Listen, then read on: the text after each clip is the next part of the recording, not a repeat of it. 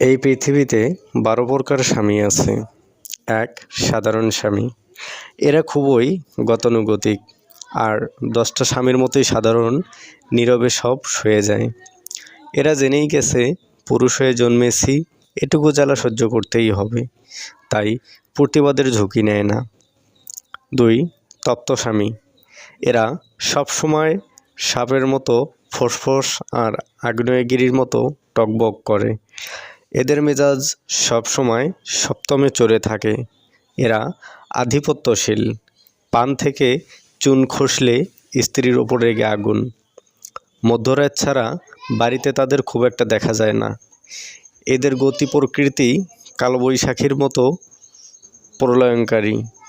বাড়ির লোকজন এদের ভয়ে সর্বদা তটস্থ থাকে। ৩ নম্বর ক্রীতদাস স্বামী।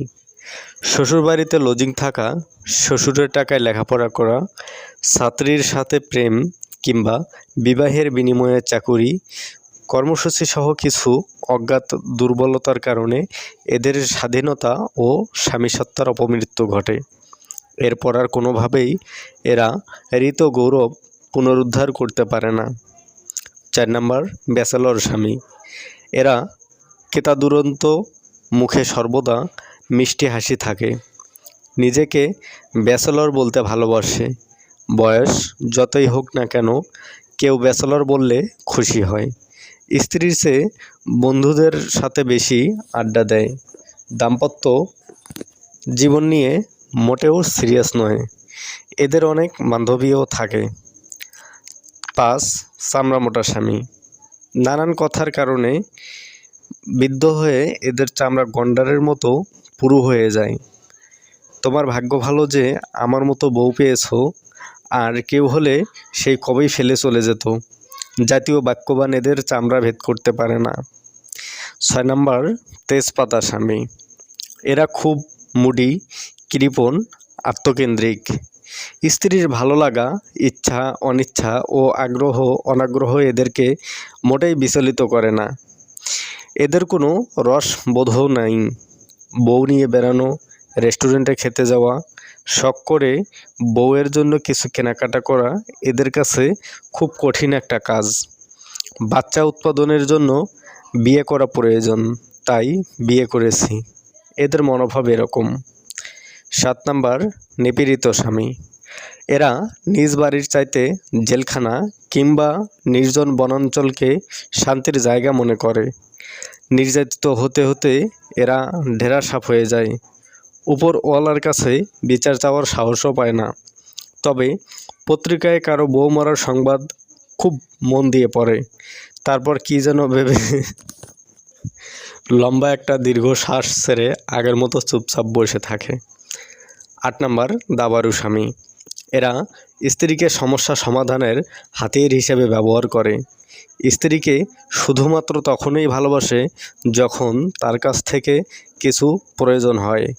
এরা খুব চালাক, স্ত্রীর দুর্বলতাগুলি খুব ভালোভাবে জানে, স্বার্থ উদ্ধারে তা ভালোভাবে কাজে লাগাতেও পারে। ৯ নম্বর পরজীবী স্বামী। এরা অলস, শুধুমাত্র অর্থের জন্য স্ত্রীকে ভালোবাসে। বউয়ের রোজগারের টাকায় চলে ফুটানি করে। কেউ কেউ ভিন্ন নেশার পিছনে বউয়ের টাকা খরচ করে। সংসারের কাজে স্ত্রীকে মোটেও সাহায্য করে না। এদের একটি প্রজাতি ঘরজামাই বা গৃহপালিত স্বামী নামেও পরিচিত। ১০ নম্বর অপরিপক্ক স্বামী।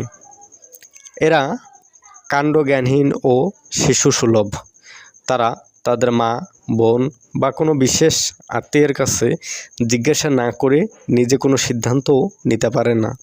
অবশ্য হঠাৎ ভুল করে ফেললে পরিস্থিতি সামাল দিতে এরা দ্রুত বউয়ের কাছে ছুটে যায়।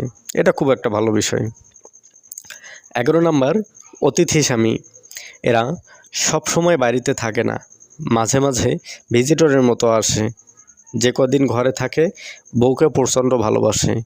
পরিবারের বাজার ঘাট বা দরকারি জিনিসপত্র কিনে দিয়ে বউকে একা রেখে বিদায় নেয়, যেমন দূরে পোস্টিং পাওয়া চাকরিজীবী বা প্রবাসী স্বামী।